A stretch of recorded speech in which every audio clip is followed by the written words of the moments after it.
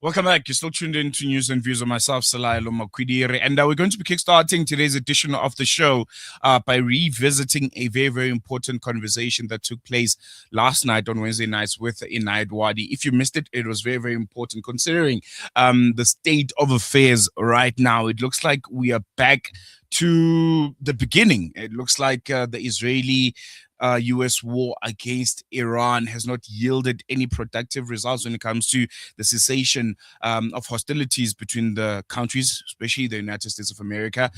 There were serious threats made by the American President Donald Trump earlier yesterday, and then midnight, we all found out that there were airstrikes against Iran. Iran tried to retaliate, but it looks like we're back to square one. The Strait of Hormuz is once again closed in totality. That was word from Iranian forces, Iranian authorities last night also.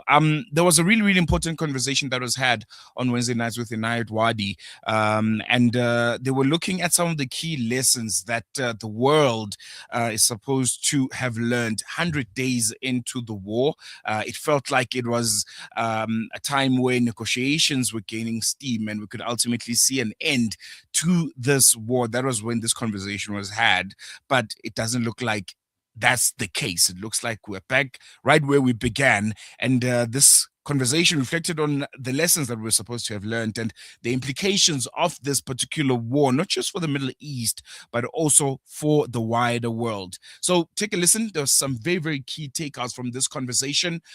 Hope you enjoyed. If you missed it, otherwise you can head over to our Spotify channel and listen to it on the go. Take a listen.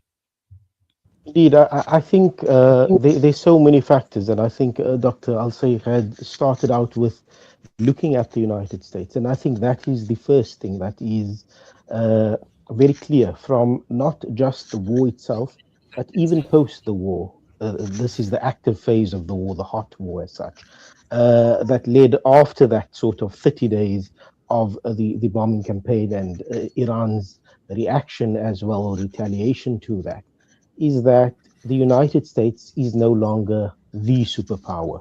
It is a power now that can be challenged. And I think when we look at that a bit more broadly, it changes the way in which we look at the world. Of course, when the Russian assault in Ukraine began, people started talking about a unipolar world. And I think this Iranian strike is what brings us closer to that reality. A multipolar world, and I think also one in which a new front emerges. And that is, apart from the Western front, which is the United States, perhaps Europe, NATO as such, then we look at the East, we look at China, we look at Russia. But there's an Islamic front here that has demonstrated, despite the imagination, after the genocide that was carried out in the Gaza Strip, the assault on Hezbollah, the understanding or the impression that the resistance there had been diminished, the fall of the Assad government in Syria as well, that the resistance front had become fragmented and Iran was now to stand alone. The fact that Iran has withstood for this period, this 100-day period, indicates that this is to a degree another front that is emerging as a power in the world. Now, of course, Iran, I think, still has some way to go before it can say that it's consolidated that position as a power within the region or on the global stage as well. But the mere fact that, as you mentioned, it was these two major powers, the United States, seen as or accepted as being a superpower, and then Israel, the power that was supposed to have the invincible army, that Iran has withstood against them, and even up to this moment is showing that in the event that these two powers surpass any of the red lines, that Iran is still willing to go ahead and carry out strikes. I think this gives us an indication of the changes. I think on the regional level, we see, of course, Pakistan emerging here as a very important broker within the region, and this naturally is also going to take up or escalate or elevate the Pakistani role and their position in the international sphere as well. And I think from the Persian Gulf countries here, there's an important recalibration that may happen.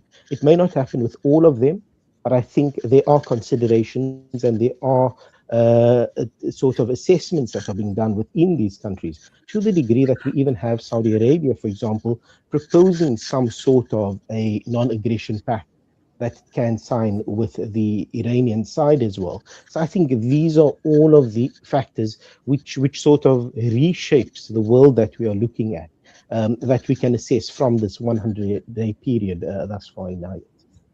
Yes, and also, Dr. Ali, when one talks about one lessons that one can actually take from these 100 days, and just to try and unpack the Iranian mindset and the psyche of the Iranian mind when they were attacked by the United States and by Israel, and immediately Iranians realized that this was going to be about survival over subjugation and sustaining that military pressure. And at the same time, in terms of nationalism that featured very prominently as well, where the United States assumed that there would be a quick in and out, there would be regime change that would be effected almost immediately, which didn't happen, but also the willpower of the people. This is important. Willpower over weaponry. And this is featured very, very strongly. And in this alone, it tells us that there is a huge lesson, especially when the sovereignty of a country is under threat. And I think you make a lot of really important points. Let me start off with talking a little bit about willpower. When a country, such as Iran and other countries, are faced with existential crisis, where the question of their survivability is one of to be or not to be, it is natural, especially with a country that has gone through so much, to for the people to bind with the state and remain as a resilient and formidable force. We've seen this, and this is not supposed to be something that's shocking. We've seen this in the Iran-Iraq war. We've seen it for years during the sanctions against Iran by the United States. Iran has also, and I don't want to, try to put forward this argument that there is a certain sense of exceptionalism. There is also a media strategy behind that sort of resilience. When we start to think about a little bit, why did Iran shut down the internet for so long? Why did it block so many videos of the destruction that happened in Iran during the course of this war? And there has been a lot of destruction. Thousands of innocent civilians have been killed. But they made sure that those videos did not come out. And there is a reason for this. It is because Iran is not Gaza. Iran will not win this war through the sympathy of the global audience towards the innocents that are being killed. In the Gazan situation, it was important for those videos, for those pictures of these poor children that were maimed, killed, and injured, even tortured, to come out to the world, because it stimulated that sense of sympathy, that compassion. But it also was something that put forward this image of a subject, a person, a group of people that required the compassion of the world. Iran makes sure that videos like this do not come out, and that reflects that they see themselves as an equal party in this war. It does not seek to show the hardships going through. There are a lot of narratives about resilience, about solidarity, about how they are able to go through all of this pain, seemingly without needing even to break a sweat. And that is important. Their media strategy has been par excellence, if I'm going to be honest with you, and they have been winning the narrative war against the United States. And in terms of a very important point that was put forward by Hassen, and it's a point that needs to be talked about a little bit more, which is Gulf recalibration. The Gulf calibration of what they see as a duplicitous, increasingly seeing as a duplicitous United States that's not putting the Gulf interest above their interest or the Israeli interest, is, I think, they're there to see. There are discussions happening as we speak about how we can envision a region in the future absent of this of the United States, which I think has been far more problematic than it has solved issues. And that will require finding a negotiated settlement and a security apparatus that is inclusive of Iran, where the Gulf and Iran can cooperate with one another as equal partners and move past what I think is a part in the history between the Gulf and Iran in terms of their. And certainly I think this war has only gone forward to accelerate the decline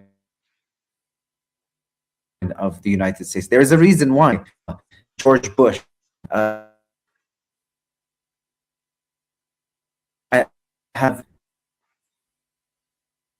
has constantly whispered into his ear, and perhaps later on about how the decline of the United States and the losses of the United States in the context of this war actually in the end benefit the interests of Israel, particularly as it pertains to the Greater Israel Project. Absolutely. In fact, Dr. Ali, I actually want to touch on that as well. And also, I think just a bit more in terms of the, when you speak about the Gulf state, the realignment as far as the Gulf state is concerned, because I think that's a very, very critical discussion, particularly looking at the region. But Hassen, I think just coming back in terms of Iran, and we know that at this point in time, peace talks remain elusive, at every, and once again, and I think I raised this issue previously, my panel said Donald Trump seems to be negotiating with himself only and nobody else. And, that is the point that I've been making. But throughout this period, we've seen Iran manage to retain stability by demonstrating continuity. And this is what they've done consistently. But also at the same time, looking at Iran that has openly defied, that have rejected U.S. demands for unconditional surrender, which is what the United States of America has wanted. And this obviously is. Soweto, it's time to stand together for justice, peace, and solidarity. Join us for the annual Soweto Walk for Gaza, taking place on Saturday, the 20th of June at 7:30 a.m. The walk will begin at the historic Regina Mundi Church and proceed to the monumentous Dlamini Mosque, bringing together people of all faiths, backgrounds, and communities in a powerful show of unity and support. Bring your family, friends, and fellow residents as we walk together for a common cause. Let your voice be heard and your presence counted. That's the annual Soweto Walk for Gaza, Saturday, the 20th of June at 7:30 in the morning, starting at Regina Mundi Church and ending at Dlamini Mosque. Together we walk, together we stand, together we show solidarity.